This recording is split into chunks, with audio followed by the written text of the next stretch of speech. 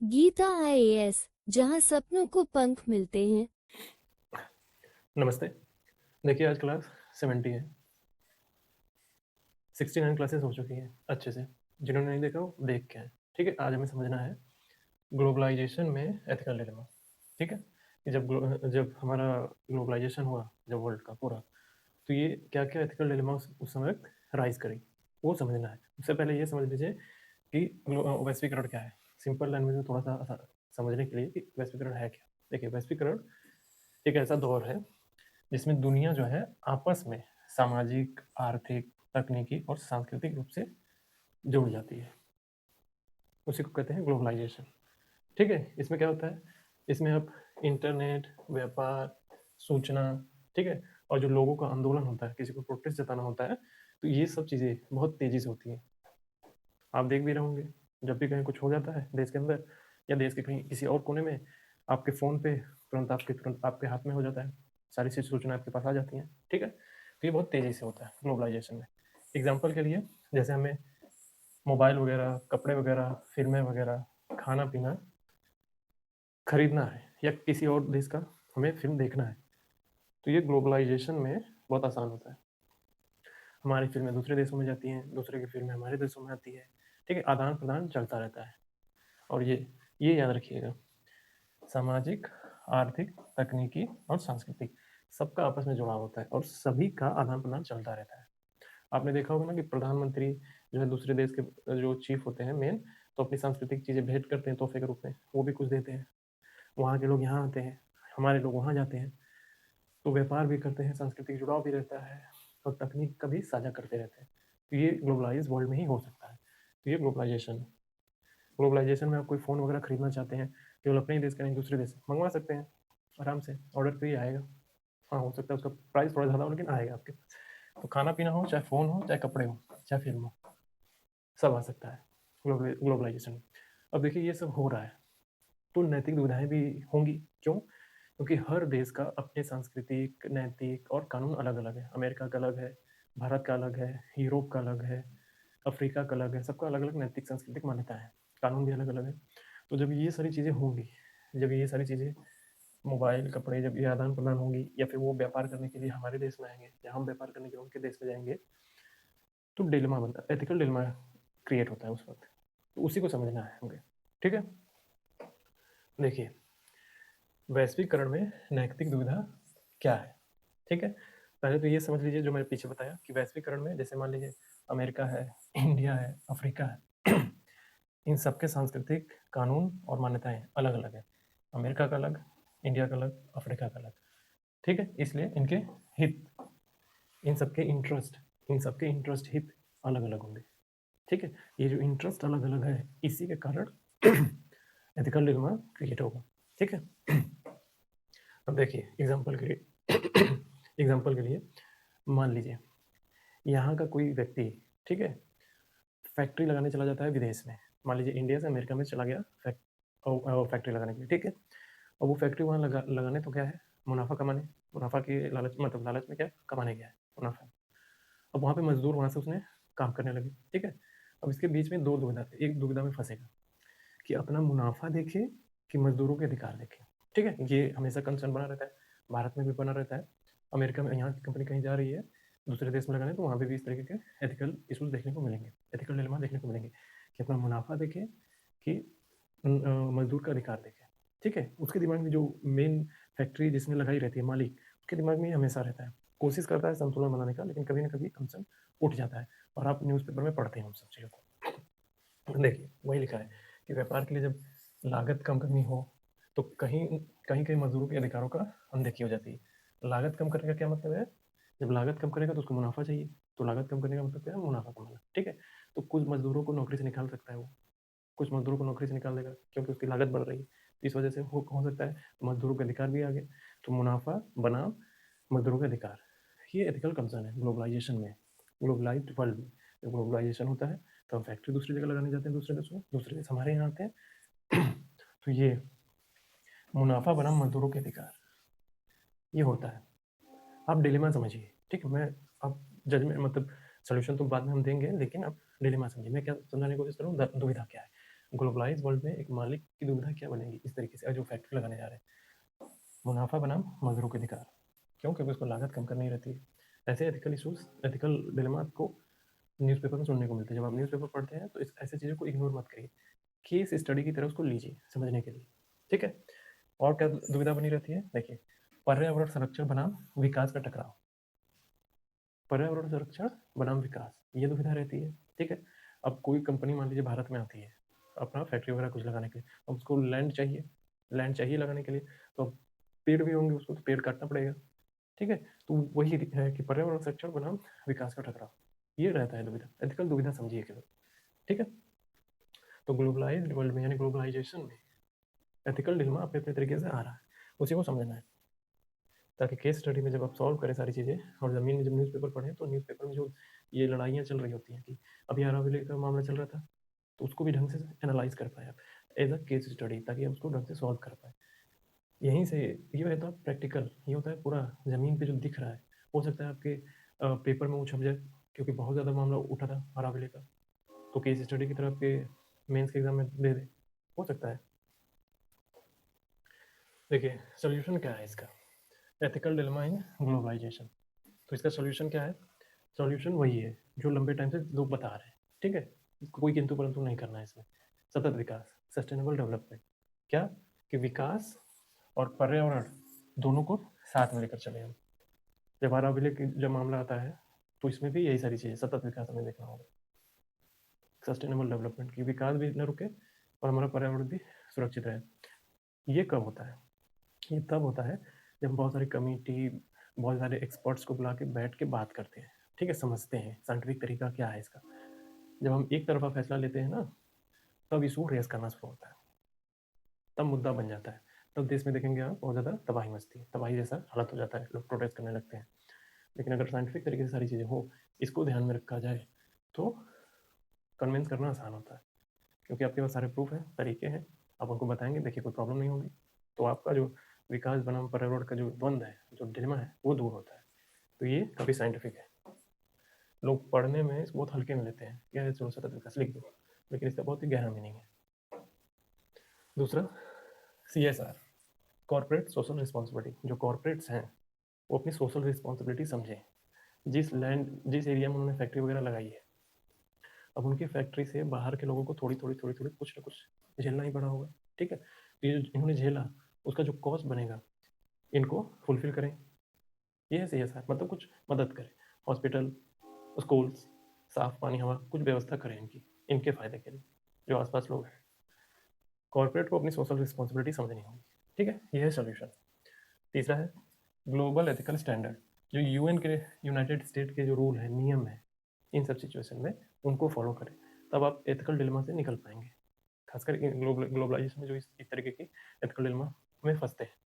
और सबसे अच्छी चीज़ ट्रांसपेरेंसी, अकाउंटेबिलिटी, ये सबसे अच्छी और सबसे सुंदर चीज़ है, सबसे अच्छी सबसे सुंदर चीज़, लेकिन लोग इसी से बचते हैं, इसी से बचते हैं लोग।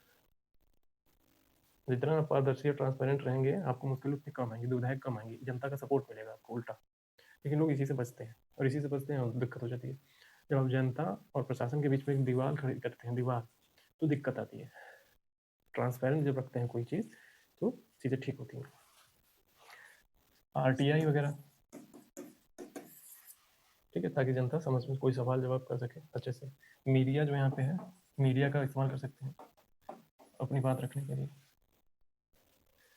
पांचवा है multi stakeholder approach. Multi stakeholder approach मतलब जहाँ पे सरकार, कंपनियां और जनता खुद मिलकर सब डिसीजन ले, सरकार, कंपनियां और समाज सब मिलकर डिसीजन ले अच्छे से, ठीक है। अब सरकार, कोई कंपनी आई, सरकार को बोली मैं इस पर्टिकुलर एक्स जगह पे फैक्ट्री लगाना चाहता हूँ, सरकार ने देखा, कंपनियों ने आपस में बैठ के सलाह मशवरा ढंग से किया, ठीक है, ताकि समाज पे कोई इम्पैक्ट न पड़े, लोगों को खराब ना हो जाए। फिर जब ये इन्होंने बात की कि जिस एरिया में लगाना था, ठीक है, वहाँ के लोगों से बात की, वहाँ के लोगों से बात की, ठीक है, क्या किया, ट्रांसपेरेंसी रखी और अकाउंटेबिलिटी रखी, सारी चीज़ें सही तरीके से, पूरा साइंटिफिक तरीके से उनको सारी चीज़ें बताई करके, प्रैक्टिकल थोड़ा कहते हैं ना, छोटा मॉडल रखते हैं तो प्रैक्टिकल भी करके बताते हैं वहाँ पे।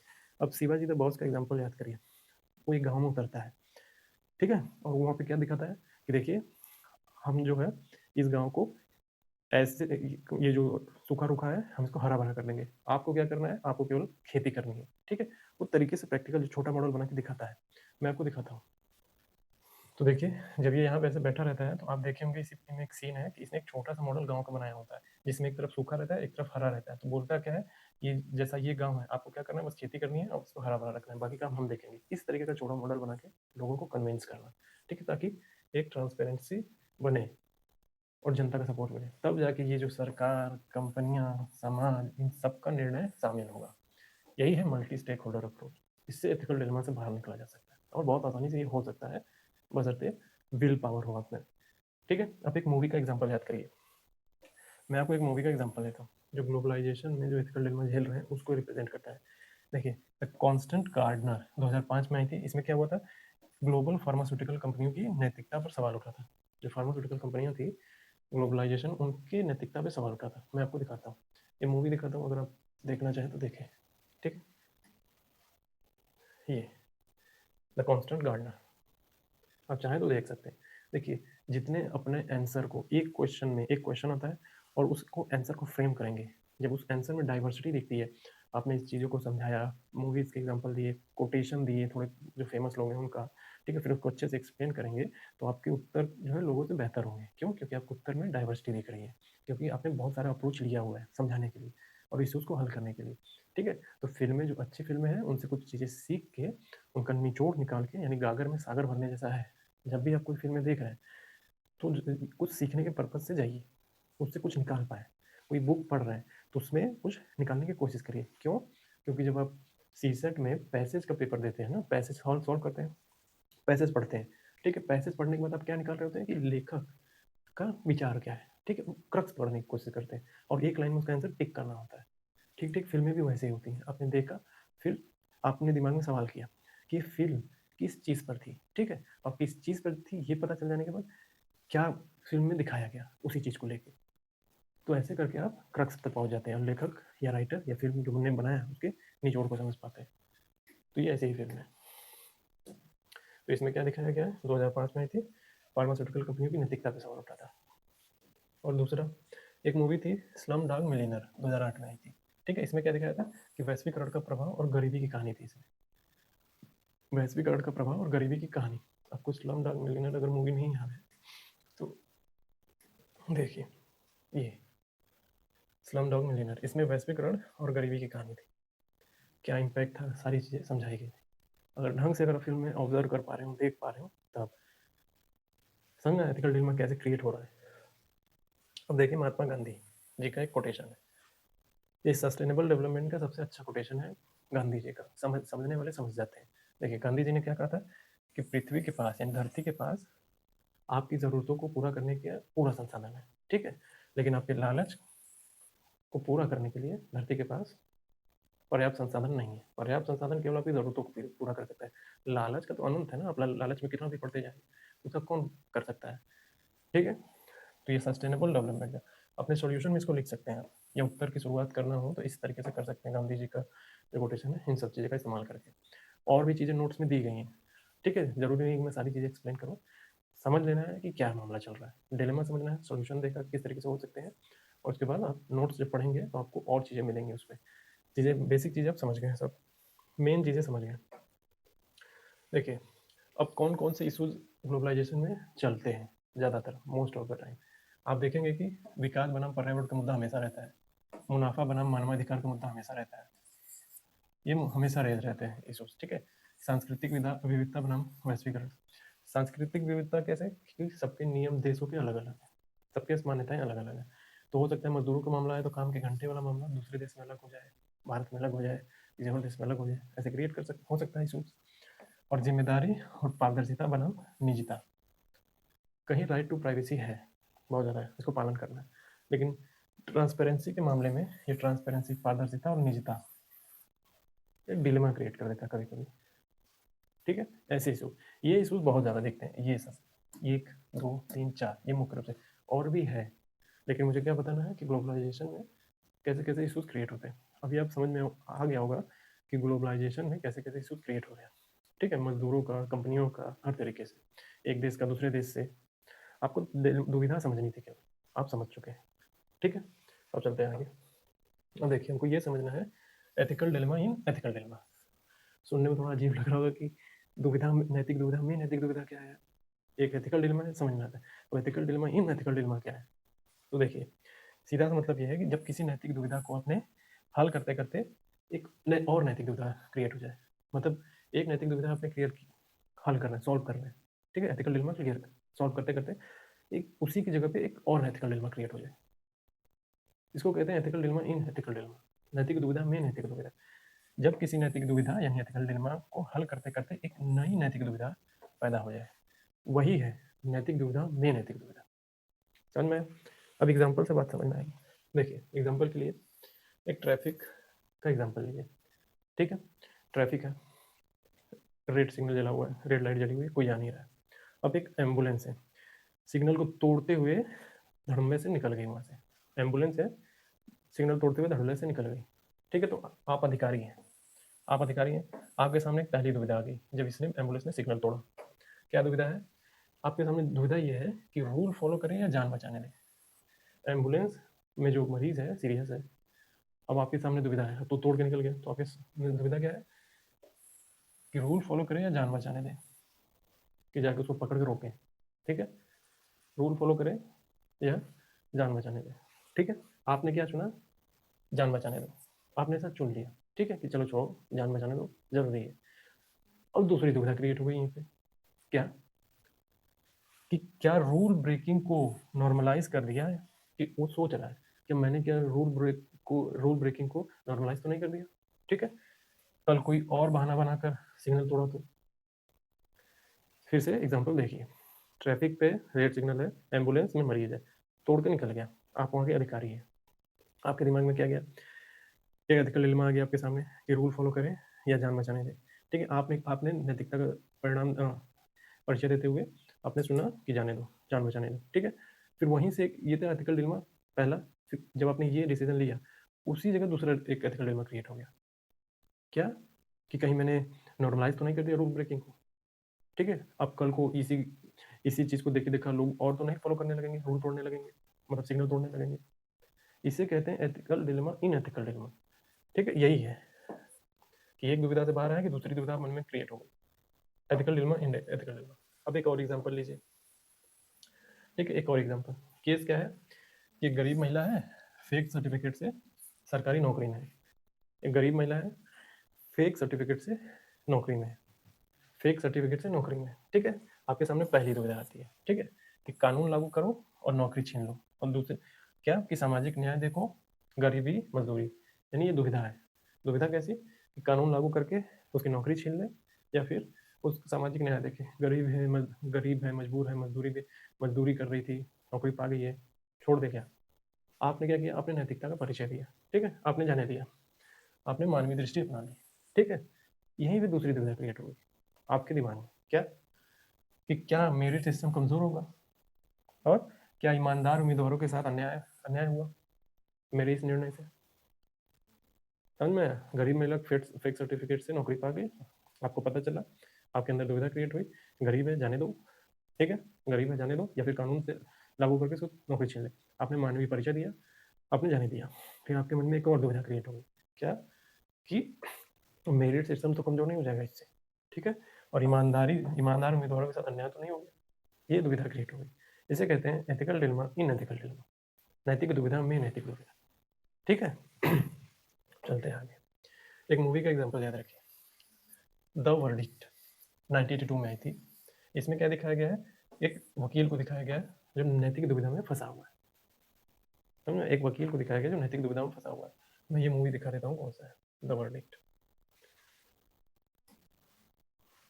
ये कोई भी मूवी देखिए तो सीखिए उससे, क्या चीज़ें हम निकाल सकते हैं, ठीक है। घर घर में सागर भरना, क्योंकि आपको पैसेज भी सॉल्व करना है, सीसेट भी देना है, तो ये कला आनी चाहिए आपके अंदर, ठीक है। तो द वर्डिक्ट 1982, नैतिक दुविधा में एक वकील फंसा हुआ है, ठीक है। दूसरा एग्जाम्पल है, एक मूवी का ही है कि टू किल अ मॉकिंग बर्ड, 1962 में है। इसमें क्या दिखाया गया था कि एक सामाजिक और नैतिक न्याय के बीच संघर्ष, सामाजिक और नैतिक न्याय के बीच संघर्ष दिखाया गया था, ठीक है। ये भी एथिकल डिलेमा वाला ही है। टू किल अ मॉकिंग बर्ड 1962 दिखा देता हूँ क्या है ये, अगर दिख रहा हो तो टू किल अ मॉकिंग बर्ड, तो समझ में आया। सामाजिक और नैतिकता, नैतिक न्याय के बीच संघर्ष इसमें दिखाया गया। जब इस मूवीज का ऐसे एग्जाम्पल देख के ये सारी चीज़ें लिखेंगे, ठीक है ना, ये सारी चीज़ें कोट कर देंगे तो आपका उत्तर बेहतर होगा। तो उस परीक्षक ये समझेगा कि इसने जो लिखा है बहुत ही डाइवर्स आंसर है इसका पूरा, ठीक है। इसने इसने कॉन्सेप्ट को समझा है, इसने फिल्में देख रहा है उसमें इन सब चीज़ों को लिंक कर पा रहा है, पकड़ पा रहा है, ठीक है। और भी सारे कोटेशन जब आप ऐड करेंगे जो आपको नोट्स में मिलेंगे तो देखेंगे तो समझ में आएगा। तो आप देख पा रहे होंगे कि जो एथिक्स का पेपर है पूरा अप्लाइड होता है, आप जानते हैं प्रीवियस ईयर क्वेश्चन पेपर देखेंगे समझ में आ जाएगा। जब ये अप्लाइड आंसर जब आप अपने आंसर में लिखेंगे, ये अप्लाइड है पूरा, ये अप्लाइड आंसर आप पूरा अपने आंसर में लिखेंगे तो आपको फायदा होगा खूब, ठीक है, न कि पूरा किताबी ज्ञान लिखेंगे। किताबों में तो काफ़ी कॉम्प्लेक्स कर देता है चीज़ों को। अब देखिए सोल्यूशन, ये जो एथिकल डिलेमा इन एथिकल डिलेमा का जो सोल्यूशन है यहाँ मैंने लिखा है वही वही कौन, आप पिछले टाइम से जो मैं शुरू से देखेंगे क्लासेस में तो बहुत सारे सोल्यूशन दिए गए, उन्हीं में से ये सोल्यूशन है। ट्रांसपेरेंसी, अकाउंटेबिलिटी, नैतिक निर्णय आपको लेना होगा। नोट्स में मिलेंगे, नोट्स में ये नहीं लिखा है कि वही, नोट्स में प्रॉपर लिखा हुआ है। तो एक ही चीज़ को बार बार करने से ज़्यादा फायदा ये है कि मैं बता दूँ कि जो पीछे वाले हैं सब वही है, ठीक है। और महात्मा गांधी का एक कोटेशन याद रखिएगा, फेमस है कि जहाँ नैतिकता समाप्त होती है वहाँ जीवन समाप्त होता है, ठीक है। क्या संदेश दे रहे हैं कि मोरालिटी को हल्के में मत लीजिए, ठीक है। अब एम्बुलेंस जा रही है, एम्बुलेंस जा रही है तो उसको मरीज जो है मरने की हालत में तो उसको जाने दो, ठीक है। यहाँ पे मोरालिटी दिखानी पड़ेगी, थोड़ा नियम वहाँ पे थोड़ा सा सप्रेस कर दो, ठीक है। ये आपका एथिकल डिसीजन होगा, बेहतर होगा।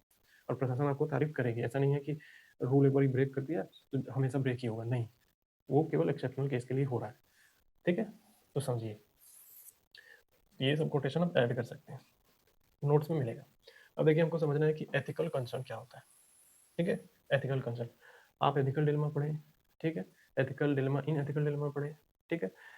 ग्लोबलाइजेशन में एथिकल डिलेमा क्या है वो देखा। अब एथिकल कंसर्न क्या, नैतिक चिंता, ये नैतिक दुविधा से बिल्कुल अलग है। ये नहीं समझना है नैतिक दुविधा ही है, ये नैतिक चिंता है। कह सकते हैं कि एथिकल डिलेमा का प्री स्टेज है, मतलब नैतिक दुविधा तो बाद में आएगी, ये पहले आ जाती है। कैसे, देखिए जब कोई व्यक्ति, संस्था कोई डिसीजन लेता है, ठीक है, या कोई काम करता है जिसके नैतिक पक्ष जुड़े हुए हैं। कैसे, जैसे उसने कोई डिसीजन लिया तो किसी को नुकसान हो जाए, किसी के साथ अन्याय हो जाए, असम्मान हो जाए, किसी का बदतमीजी हो जाए किसी के साथ, ऐसा कोई व्यक्ति, कोई संस्था कोई ऐसा निर्णय या कोई ऐसा कृत्य करे जो नैतिक पक्षों से जुड़ा हो, नैतिक पक्षों से जुड़ा हो, जैसे अन्याय, नुकसान, असम्मान, उसके डिसीजन, उसके कृत्य से दूसरे को नुकसान हो जाए, अनएथिकल चीजें हो जाए, ठीक है। तो इसमें नैतिक चिंता क्या होगी, ठीक है। देखिए परिस्थिति ये है कि जब कोई डिसीजन या किसी ने कृत्य किया, ठीक है, तो आपका मन, आपका खुद का मन क्या करेगा, सवाल करेगा अपने आप से, कुछ सही नहीं लग रहा है। आप अंदर से महसूस करते हैं ना कुछ सही नहीं लग रहा है यार, किसी ने कुछ बोला, किसी ने कोई डिसीजन दे दिया कि ये करो, आप पे है कि उस डिसीजन को अप्लाई करो, लेकिन वो डिसीजन सुनते ही आपको ऐसा लग रहा है कि कुछ सही नहीं लग रहा है, ठीक है। इससे किसी को तकलीफ तो नहीं होगी, ये जो आपके मन में चल रहा है यही है एथिकल कंसर्न। किसी ने डिसीजन लिया, मतलब किसी ने कोई कृत्य किया, कोई डिसीजन लिया, ठीक है, उसके कृत्य से, उसके डिसीजन से आपके मन में ऐसे सवाल आ रहे हैं क्योंकि किसी को तकलीफ तो नहीं होगी, कुछ सही नहीं लग रहा है यार, ये कुछ किया, इसने अगर किया ऐसा डिसीजन लिया तो कुछ गड़बड़ हो जाएगा, कुछ ठीक नहीं लग रहा। ये जो कंसर्न है, ये जो मन में आ रहा है आपके, इसी को कहते हैं एथिकल कंसर्न, इसी को कहते हैं नैतिक चिंता। और इतना ही है, ज़्यादा कंफ्यूज नहीं करना। एक बार फिर देख लीजिए सिंपल लाइन में, दिल या दिमाग में सवाल उठना कि जो हो रहा है क्या वो सही है, ठीक है। एक लाइन में समझिए, दिल में या दिमाग में आपके सवाल उठ रहा है कि जो सामने हो रहा है क्या वो सही है, या जो वो डिसीजन लिया गया क्या वो सही है, ऐसे सवाल उठना, ठीक है। यानी इसका मतलब ये है कि बड़ा निर्णय लिया गया लेकिन अभी अप्लाई नहीं किया गया, अभी बस बोला गया है, ठीक है, अभी वो अप्लाई नहीं है, बस बोला गया, निर्णय नहीं, पूरी तरीके से डिसीजन लिया नहीं गया है, बस निर्णय लेने की सोच रहे हैं। और उस निर्णय लेने की सोच में ये सोच रहे हैं सही और गलत के बारे में, सही गलत को लेकर बेचैनी है, ठीक है। वही है एथिकल कंसर्न, उसी को एथिकल कंसर्न बोलते हैं। तो एथिकल कंसर्न क्या है, पहला अलार्म सिस्टम है। और एथिकल डिलेमा का है आगे चलकर डिसीजन का संकट है, आगे चलकर डिसीजन का संकट है, ये है एथिकल कंसर्न। आप एग्जांपल के लिए समझिए, मान लीजिए ये अरावली है, अरावली को काटने के लिए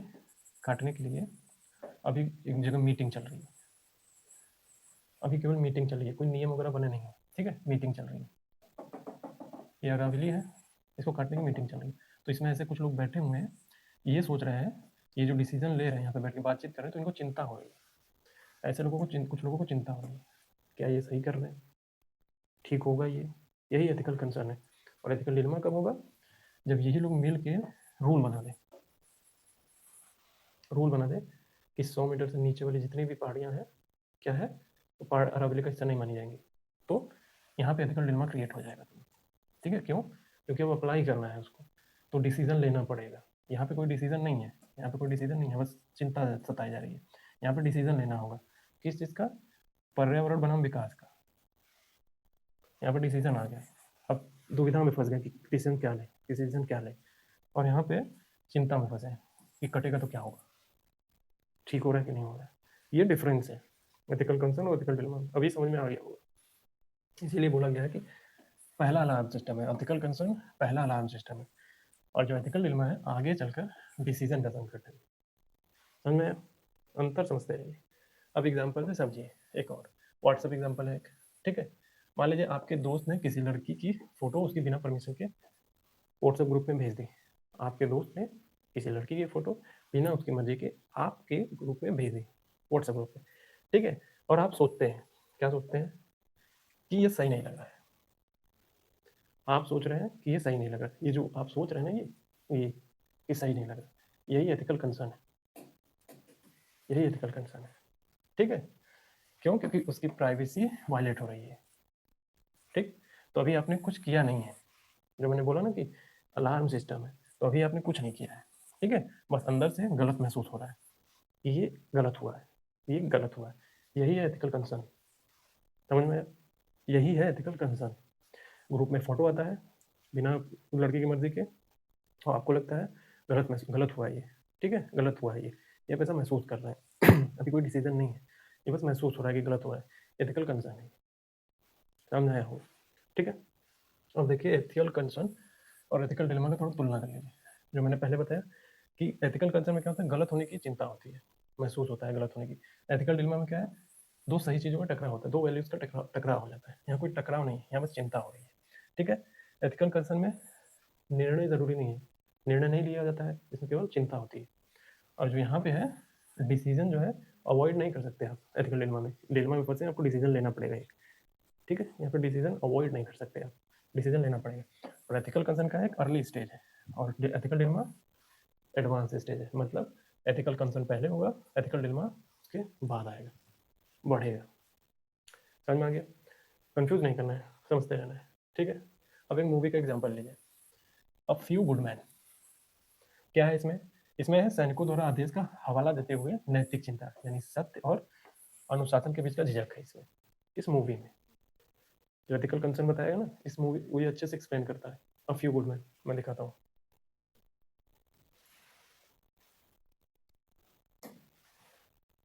ये a few good man, Tom cruise की मूवी है, तो बहुत सारे लोग इसको देख के बहुत फेमस एक्टर है, तो लोग बहुत पसंद करते हैं, तो आप तो ऐसे ही देख लेंगे, अ फ्यू गुड मैन, और भी एग्जाम्पल्स हैं आपको मिल जाएंगे।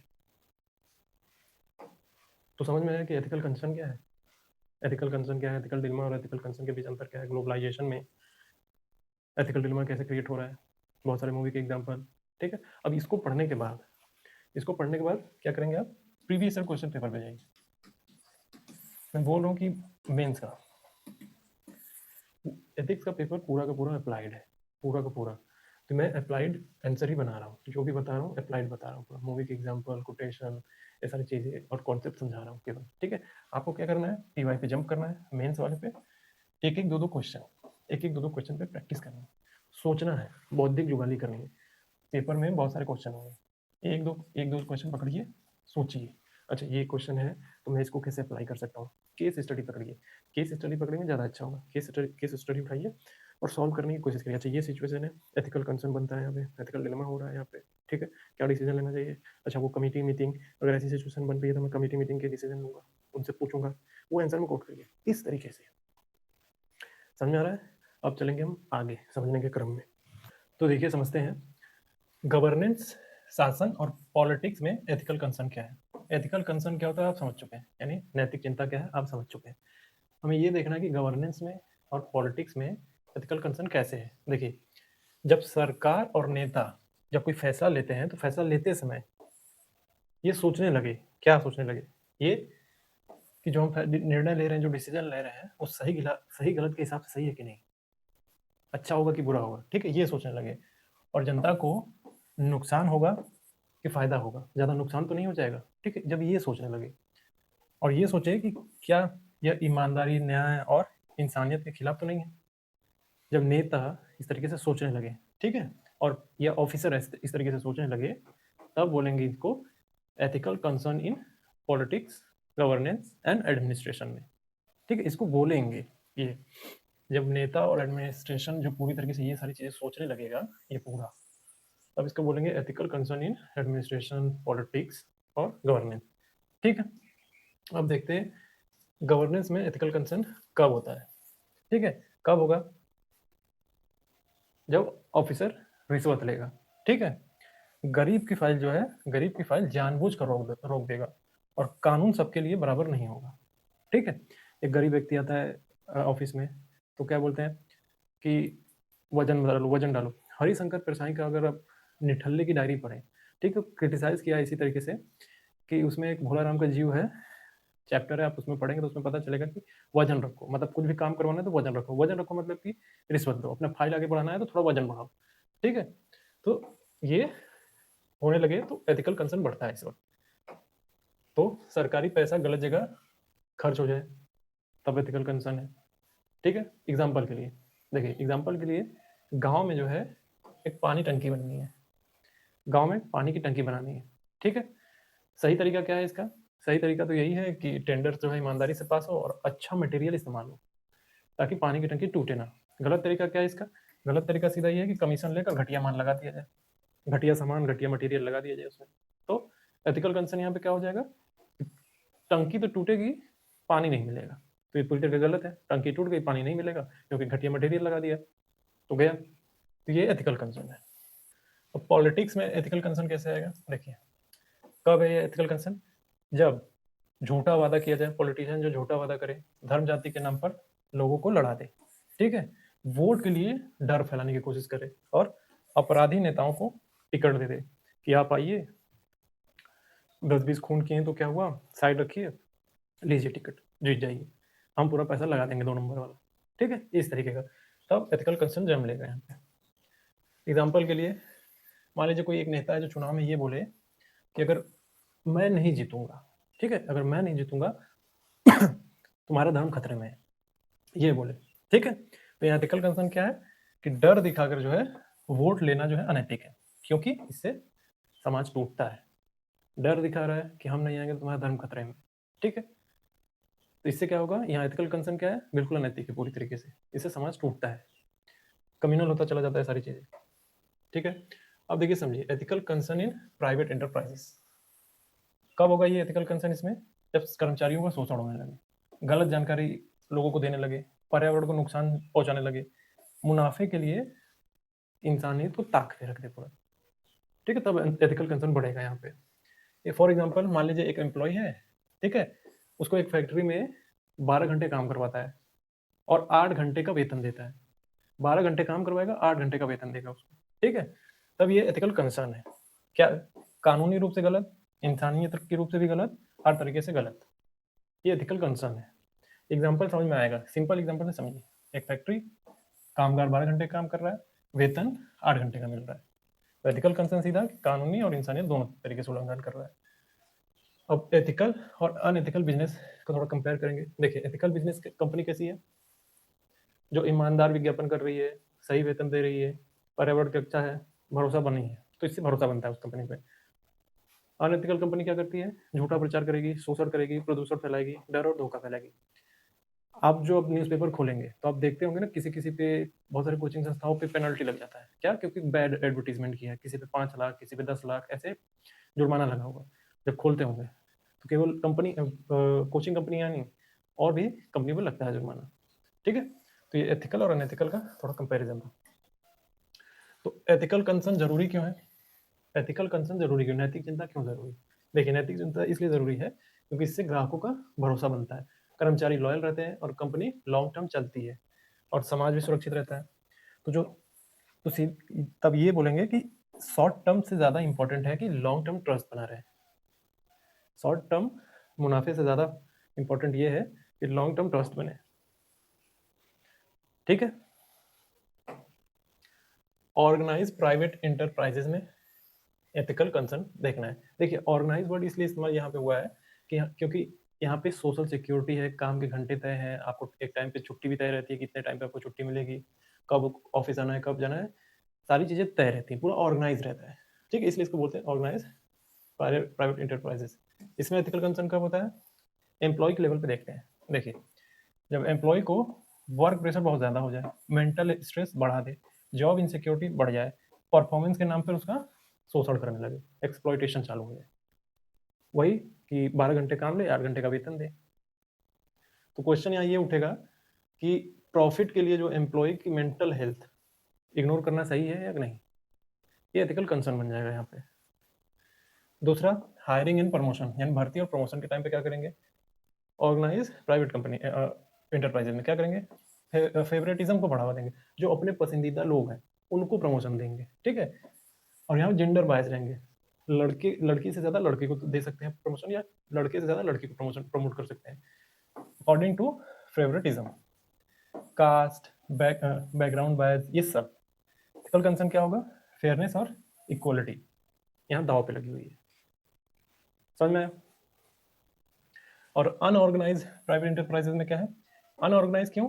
क्योंकि यहाँ पे अनऑर्गेनाइज इसलिए क्योंकि यहाँ पे काम के घंटे, सोशल सिक्योरिटी और कोई छुट्टी वगैरह जैसा तय चीज़ें नहीं होती है। एग्जाम्पल के लिए चाय की दुकान, आपका ढाबा, यहाँ पे कोई सोशल सिक्योरिटी नहीं है, यहाँ पे कोई आपको मेडिकल इंश्योरेंस नहीं है, कुछ नहीं है। ठीक है, इसलिए चाय ढाबा ये एग्जाम्पल है अनऑर्गेनाइज प्राइवेट इंटरप्राइजेस का। एथिकल कंसर्न कब होगा इसमें? देखिए, मजदूरी यानी पूरा पैसा ना दे, देर से दे, तय सुधा से कम दे पैसा उसका वेतन। ठीक है, तो एथिकल कंसर्न क्या बोलेगा कि मेहनत का पूरा दाम नहीं देता, मेहनत का पूरा दाम ना देना। ठीक है, ये एथिकल कंसर्न बन जाएगा, ये दाव पे लग जाएगा। अब काम के घंटे, देखिए 10 से 12 घंटे काम लेना। ठीक है, कोई ओवर टाइम नहीं, ओवर टाइम कहाँ से कोई होगा? 10 से 12 घंटा तो काम ही कर रहा है पूरा। ठीक है, कोई छुट्टी नहीं देना। तो एथिकल कंसर्न क्या बनेगा यहाँ? एक्सप्लॉइटेशन, एक्सप्लॉइट कर रहा है पूरी तरीके से। और क्या है? एथिकल अनएथिकल अनऑर्गेनाइज सेक्टर में। तो एथिकल बिहेवियर क्या है यहाँ पे? कि समय पर पूरा मजदूरी दे दे, सुरक्षित काम हो, सम्मान हो, और बच्चों को स्कूल भी जाने दे। ठीक है, बच्चों को स्कूल यानी चाइल्ड लेबर हो जाता है, तो यहाँ पे बच्चे स्कूल नहीं जा पाते। अनएथिकल बिहेवियर क्या है? कि पैसा काट लेगा, जान जोखिम में रहेगा, गाली गलौज देना, अपमान करना। देखते होंगे ना, चाय ढाबे की दुकान पे जब बच्चे कुछ काम कर रहे होते हैं तो उसको गाली देते हैं लोग, गंदी गंदी गाली देके बोलते हैं, तो अपमान भी करते हैं। अब बाल मजदूरी बहुत ज़्यादा चलती है, मतलब बचपन छीन लेते हैं पूरा। एथिकल कंसर्न यहाँ पे ये होगा। तो एथिकल कंसर्न का समाधान क्या है? एथिकल कंसर्न का समाधान क्या है? पहला तो यही कि सुनवाई और शिकायत का एक व्यवस्था बनी होनी चाहिए। ठीक है। दूसरा, शिक्षा और जागरूकता, अवेयरनेस और ट्रेनिंग होनी चाहिए। तीसरी चीज़ क्या है? तीसरी चीज़ कि स्ट्रिक्ट लॉ एंड इन्फोर्समेंट होना चाहिए। जैसे महिलाओं के उत्पीड़न को रोकने के लिए sexual harassment of women at workplace act 2013 ये बना हुआ है, ये समाधान है। काम की दशाओं के लिए फैक्ट्रीज एक्ट 1948 है, और occupational safety and health standard है। बाल श्रम रोकने के लिए चाइल्ड लेबर एक्ट है। ये सब समाधान है एथिकल कंसर्न का। ठीक है, सुप्रीम कोर्ट का एक विशाखा गाइडलाइन है यौन उत्पीड़न रोकने के लिए। अब देखिए, ये विशाखा गाइडलाइन में जो ये विशाखा है, इनके ऊपर एक सेपरेट वीडियो में तो डिटेल में बात करने लायक विषय है। ठीक है, कई लोग जानते नहीं हैं इनके बारे में कि विशाखा कौन थी। इन्हीं पे ये गाइडलाइन आई थी यौन उत्पीड़न के मामले में। बहुत ही कह सकते हैं विभत्स मामला था इनके साथ जो हुआ था, तो हम बात करेंगे उस पर। पांचवी बात, सहयोग और सामूहिक प्रयास होना चाहिए। ठीक है, कलेक्टिव एफर्ट एंड कोलैबोरेशन, यानी सब लोग सही मिल के काम करें, सहयोग करें एक दूसरे का। ठीक है, सेकेंड एआरसी की सिफारिशें, जो किताब बिकता है ना मार्केट में, सेकेंड एआरसी वाला जो रिकमेंडेशन वाला, मार्केट से उठा लीजिए। इसमें जो रिकमेंडेशन दिया गया है हर एरिया का, एथिक्स का, और आप जितने भी जीएस में पढ़ते हैं सारी चीज़ें, हम सब एरिया वाइज दिया हुआ है रिकमेंडेशन, उसको पढ़ते रहेंगे थोड़ा थोड़ा। मीडिया और जागरूकता, role of media in society, ethical concern को दूर करने में मीडिया और सोसाइटी का बहुत बड़ा रोल है। मीडिया जो है हर जगह अगर हावी रहती है पर ईमानदारी से तो इन्फॉर्मेशन मिल पाता है ढंग से हमें,